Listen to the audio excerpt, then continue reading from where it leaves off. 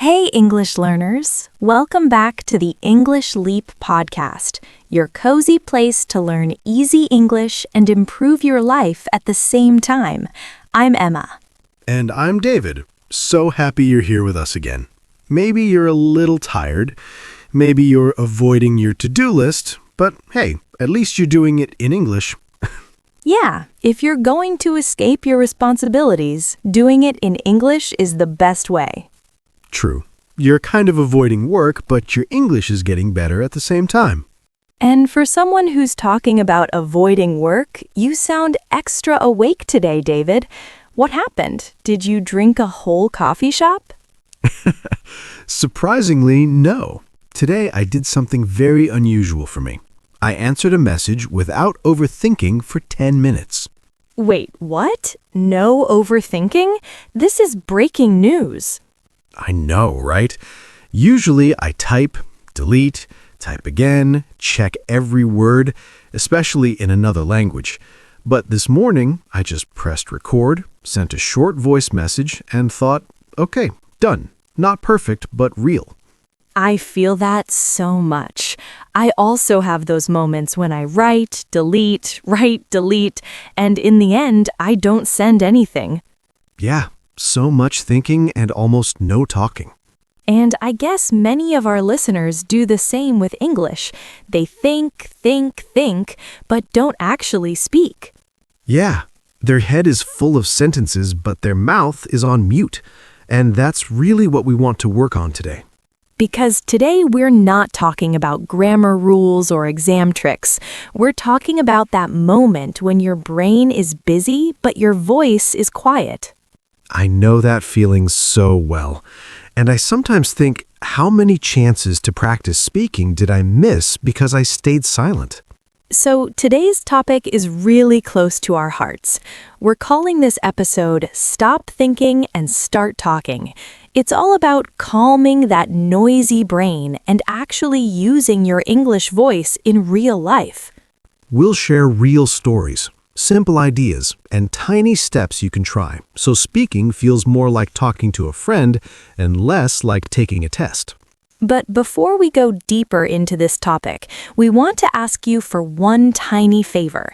If you enjoy learning with us, please like this episode and subscribe to M English Lab. It really helps more learners find the podcast. And we'd love to hear from you in the comments. You can write one simple sentence, something like, I'm your name from your country, and then finish this sentence. One situation where I overthink and stay quiet is... We really read your comments, and we love to know about you. They help us understand your life and your English struggles. And when you write, your English brain has to work, choose words, build a sentence. That's real practice, not just listening. All right, before we share our stories and tips, let's quickly talk about the level for today. By the way, today's episode is a B1 level episode. So that means it's great for intermediate learners. The English is clear and simple, but still interesting and deep. Not baby English, and it's not super advanced English either. It's somewhere in the middle.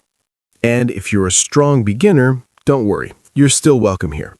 Yeah, this episode is also safe for you.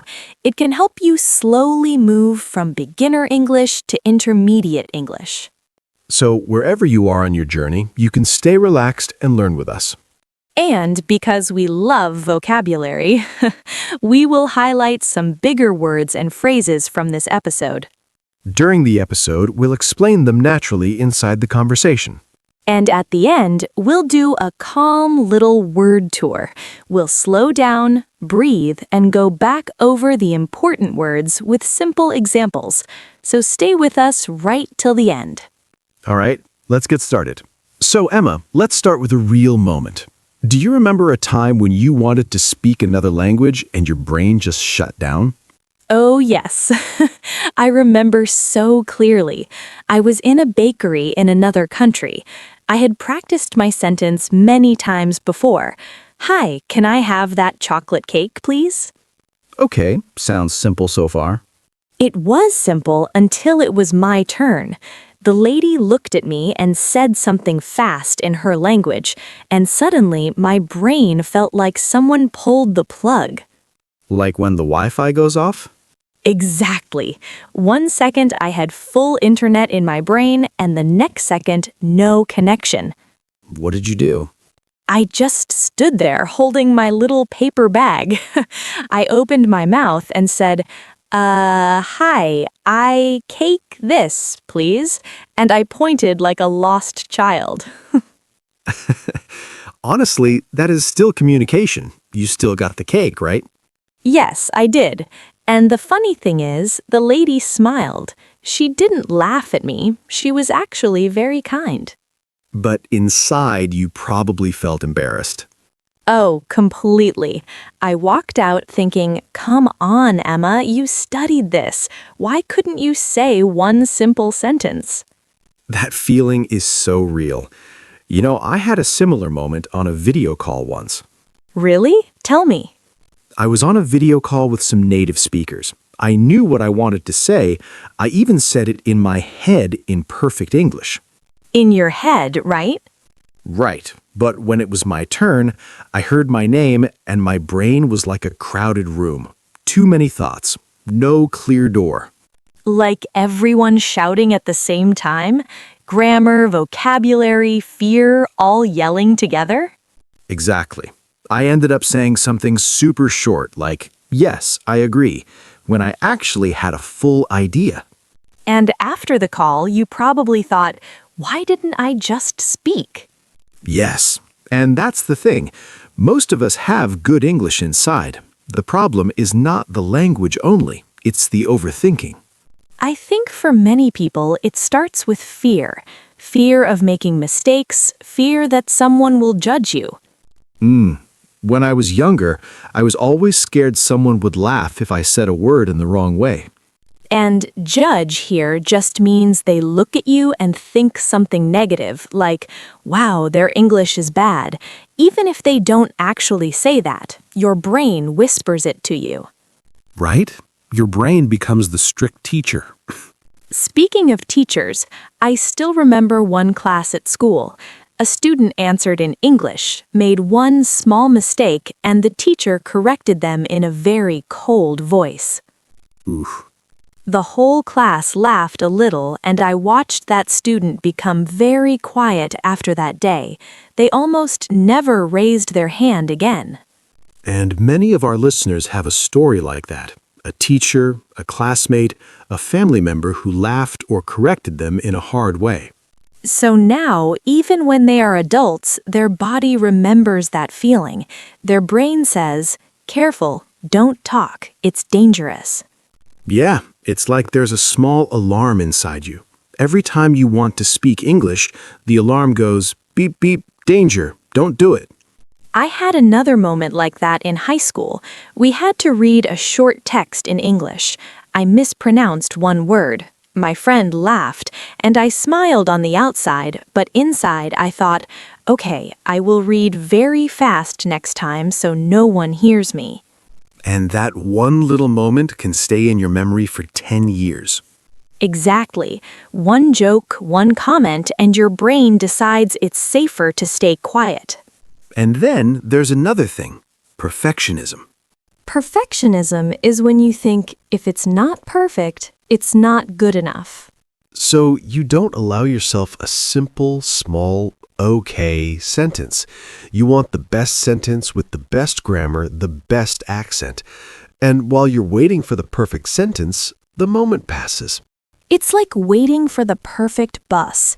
You say, no, not this one, not this one, not this one. In the end, all the buses go away and you're still standing at the bus stop. Many learners tell me, I wanted to speak in the meeting, but I changed my sentence 10 times in my head, and then the topic changed. Yeah, by the time they are ready to talk, the conversation has already moved to something else. Or at a party, you want to join a group speaking English. You think of one sentence, then you fix it again, and in the end, you pretend to check your phone instead. I did that at a family dinner once. Some guests were speaking English. I understood everything. I had a nice comment in my head, but I was polishing the sentence so long that the moment passed. And then you go home and think, why didn't I just say something small? So in the end, your English is not the only problem. Your fear is speaking. Your old memories are speaking. Your perfectionism is speaking. And the sad thing is, all of that noise is speaking louder than your real voice. And the good news is, we can train this. We can teach your brain a new way. Yeah, we don't have to wait until fear disappears forever. We can start talking even with a little fear in the room. So let's talk about how to do that, how to move from thinking to talking. Let's start simple. Tool number 1, use short, simple sentences instead of big speeches. Yes, many learners tried to talk like a book. They want long, beautiful sentences and then they get stuck. For example, in your head you think, I have always been interested in improving my communication skills. Nice sentence, very professional. But your mouth is scared. So instead, you can just say, I want to speak better. Same idea, less pressure. So you can ask yourself, what is the small version of this sentence? Like instead of, recently I've been feeling a bit overwhelmed with my studies, you can say, study is hard these days. It's okay. You are not writing a university essay. You are just talking to a human. Tool number 2, start with reaction words. Reaction words are small things you say when someone else is talking to show you are listening. Things like, oh really? That's nice. No way. I get you. That's difficult. These are short, but they are powerful.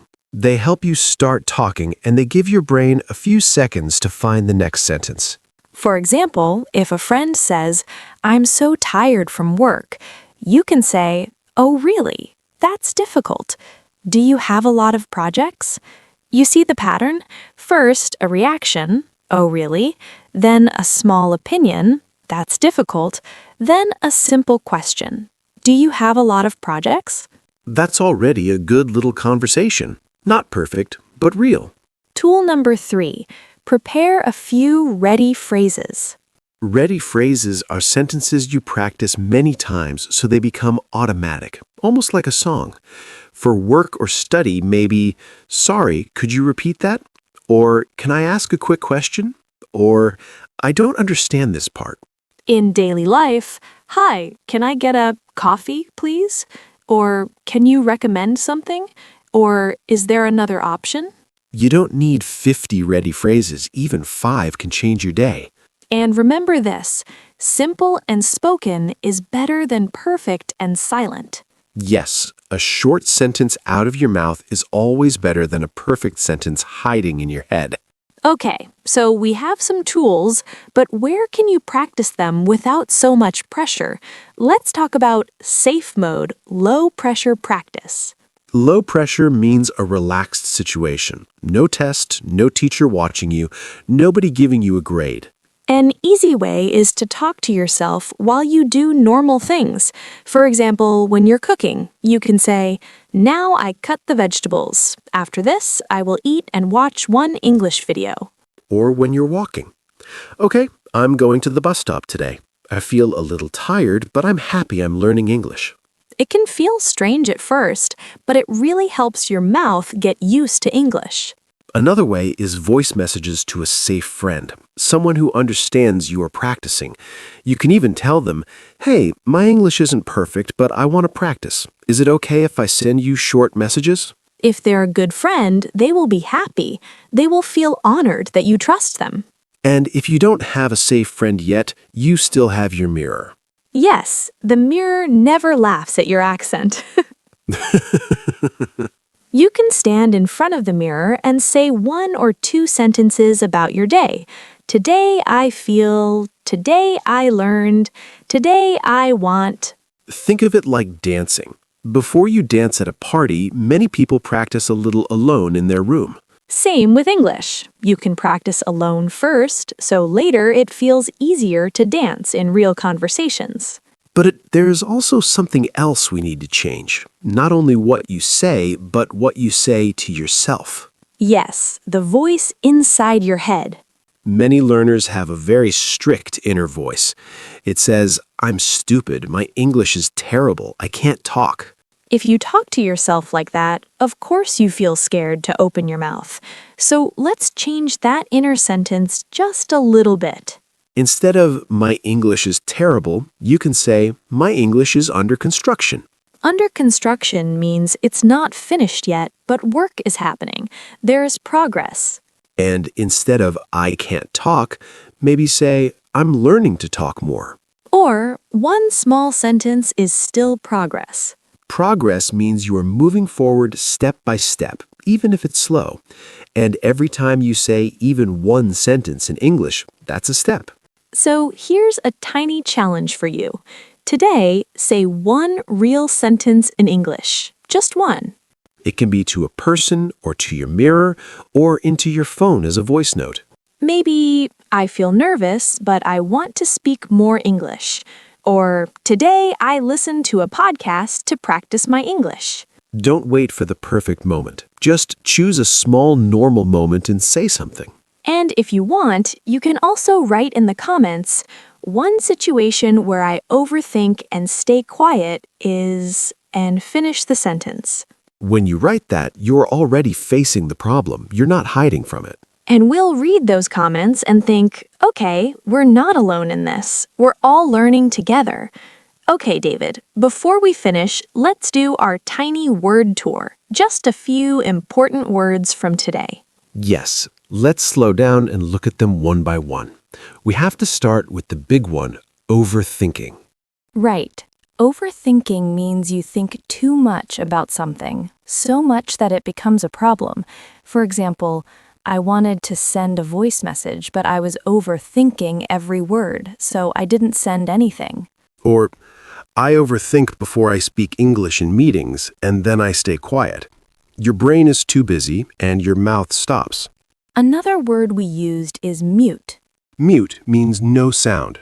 If your TV or phone is on mute, you can see everything, but you don't hear anything. In this episode, we said, your head is full of sentences, but your mouth is on mute. That means you have ideas inside, but you don't let the sound come out. No voice, no words. Then we talked about perfectionism. Perfectionism is when you want everything to be perfect, and you feel it's not good enough if there is even a small mistake. For example, because of my perfectionism, I don't speak unless my grammar is perfect, so I almost never talk. Or, her perfectionism makes her tired. She checks every message 10 times before sending. It's heavy for the brain. Another useful phrase is low pressure. Low pressure means relaxed, not stressful. No exam, no grades, nobody watching you with a serious face. For example, talking to myself while I cook is low-pressure English practice. Or, sending a short voice note to a close friend feels low pressure for me. It's practice, but in a soft way. We also used the word progress. Progress means you are moving forward, step by step, even if it's slow. For example, I still make mistakes, but I can understand more now. That's progress. Or, even one sentence a day is progress for my English. Small steps still count. And I really liked this phrase, under construction. Me too. Normally we say a road or a building is under construction when people are still working on it. It's not finished yet. For example, my English is under construction. That means, hey, I'm working on it. It's not perfect now, but I'm building it, and that's completely okay. Then we had reaction words. Reaction words are small things you say to show you are listening and you care. They're like little signals. For example, oh really? That's nice. No way. I get you. That's difficult. These words are short, but they help you start talking. You don't need a big speech, just a small reaction first. And the last one, ready phrases. Ready phrases are sentences you practice many times, so they are ready in your mouth when you need them. You don't have to think too much. For example, at work or school, sorry, could you repeat that? Or, can I ask a quick question? And in daily life, hi, can I get a coffee, please? Or can you recommend something? When you have a few ready phrases, speaking feels lighter, your brain works less, and your mouth can move faster. All right, so that was our little word tour. If you want, you can listen to this part again and repeat the sentences with us. And remember, you don't have to fix everything in one day. One small sentence today is already progress. Your English is under construction, and that's beautiful. Just don't let overthinking mute your voice. We're really proud of you for listening, thinking, and most of all for trying. If this episode helped you, you can share it with a friend who also overthinks and stays quiet. Maybe you can be speaking partners and practice together. Thank you for spending this time with us. Keep talking, even if it's just one small sentence. This was the English Leap Podcast. I'm David. And I'm Emma. Take care, keep going, and we'll see you in the next episode. Bye.